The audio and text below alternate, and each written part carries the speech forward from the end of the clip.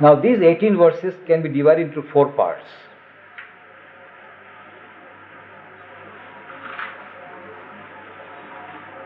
The first part consists of the first 3 verses.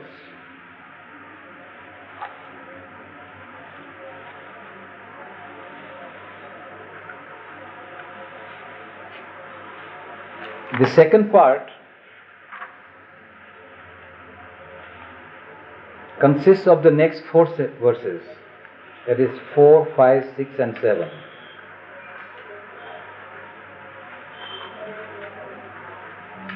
The third part consists of the next 5 verses, 8, 9, 10, 11,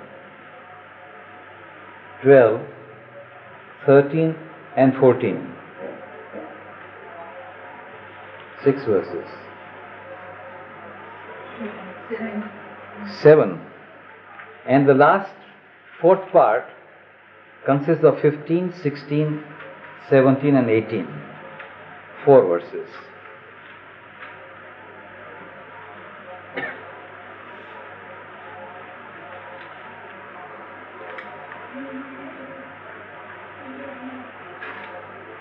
The first part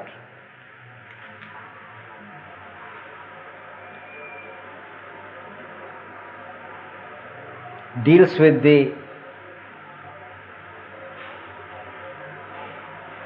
science and art of life.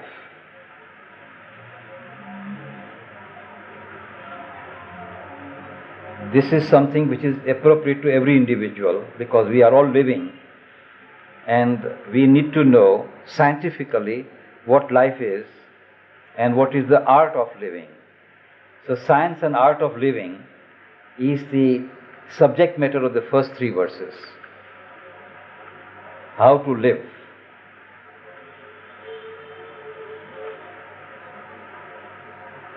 How to live depends upon what is life itself.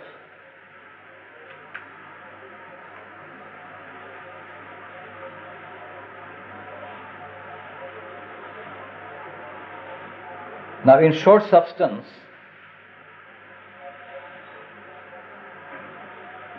these 3 verses tell us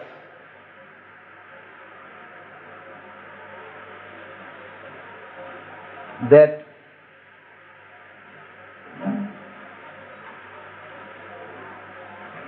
life consists of concentric circles of movement. Jagatyam Jagat. That is to say, every little portion of life that you may be touching is a kind of a circle. And that circle is a part of a bigger circle. And that bigger circle is a part of a greater circle. And that is a part of a greater circle. And unending.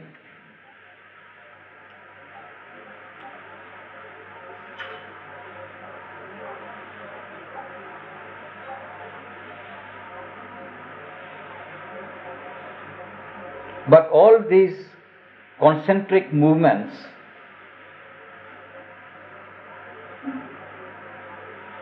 are inhibited by the Lord. There is the Lord of existence, whom we don't see physically, and in fact about whom constant questioning is raised. Does God exist? This is the one supreme question which is being asked all the time throughout history. And this Upanishad declares that God exists. Not only that He exists,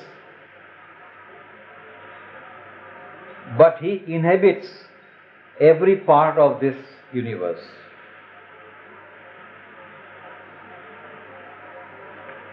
Not only that He inhabits all the parts of the universe, but He is Isha, He is Himself the master of it. He is the Lord of it.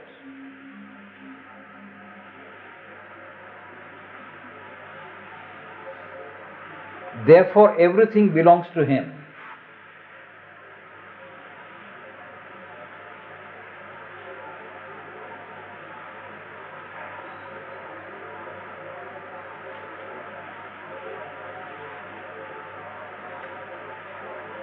Now, this is the basic first statement. This is what is called premise.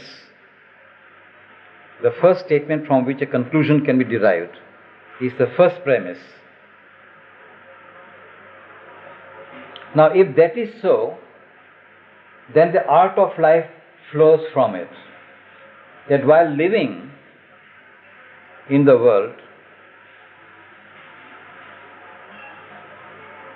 you must not covet what belongs to the other.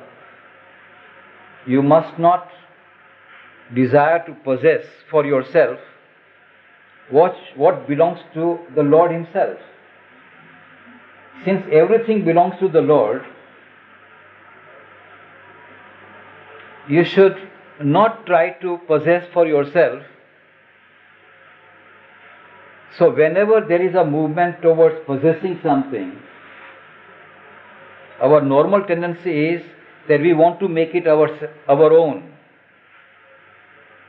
Whatever is around us, whatever objects we see, our natural tendency is to possess it for ourselves. Now, Isha Upanishad says that since everything belongs to God and God is present in everything, even if you try to possess it for yourself, you will not succeed in doing so. It really belongs to him.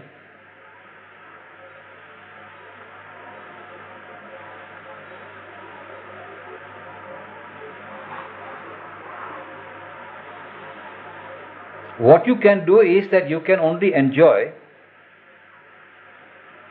whatever exists around you, and in fact everything in the world, and that you should not debar yourself from.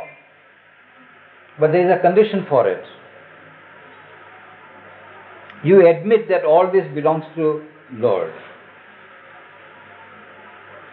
and renounce all this to the Lord.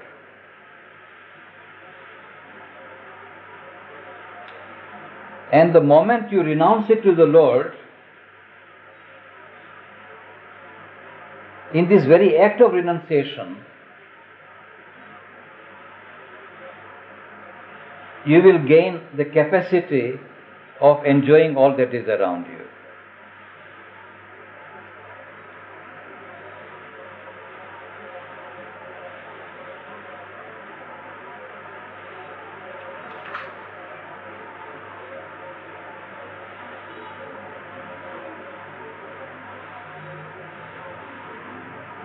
So let us read the first verse.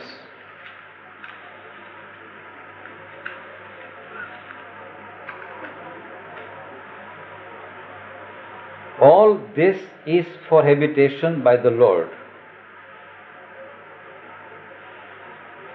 Whatsoever is individual universe of movement in the universal motion. I spoke of concentric motion to speak of universal motion, which is a part of a larger universal motion. So whatsoever is individual universe of movement in the universal motion, by that renounced thou shouldst enjoy. Lust not after any man's possession. Right? This is all that it says, very simple.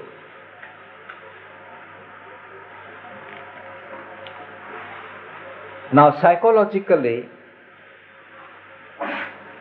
there is one difficulty which arises whenever we want to renounce something or we attain to renunciation.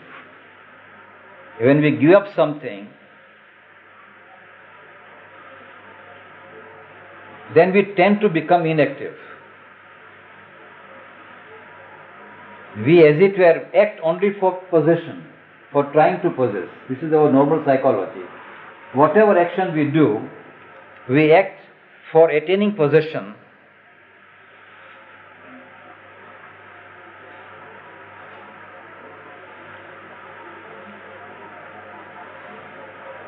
acquisition, possession, enjoyment, relationship. These are our normal tendencies of action. Why we act? To acquire, to possess, to enjoy, to relate.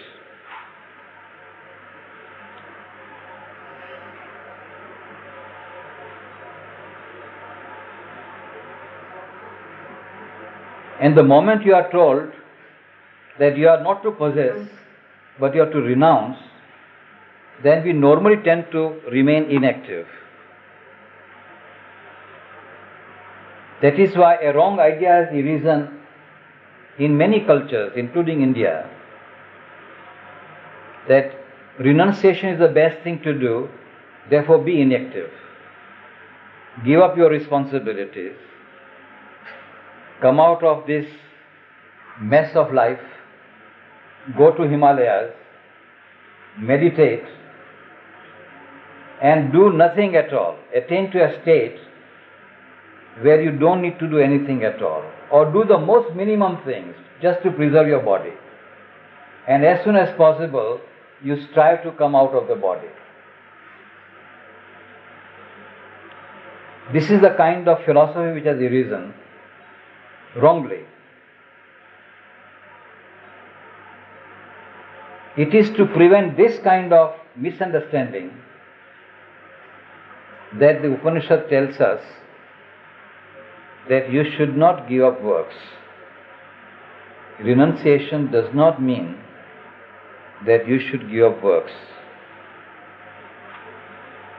On the contrary, by doing works here itself, in this world itself, you should even wish to live for 100 years. That means you should go on living as long as you can. This is the only path. It says very clearly, this is the only path. If you give the path of action, then there will be a great difficulty for you.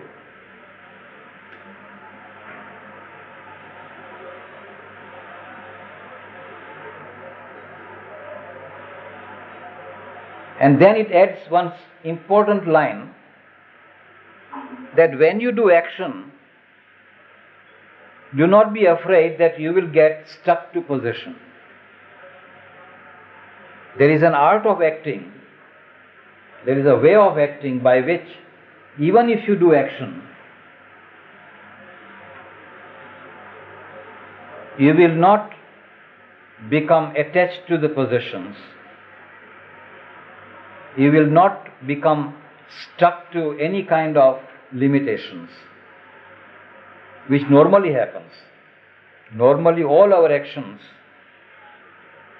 create reactions and lead you to further actions. And only in that kind of a circle we go on acting and reacting.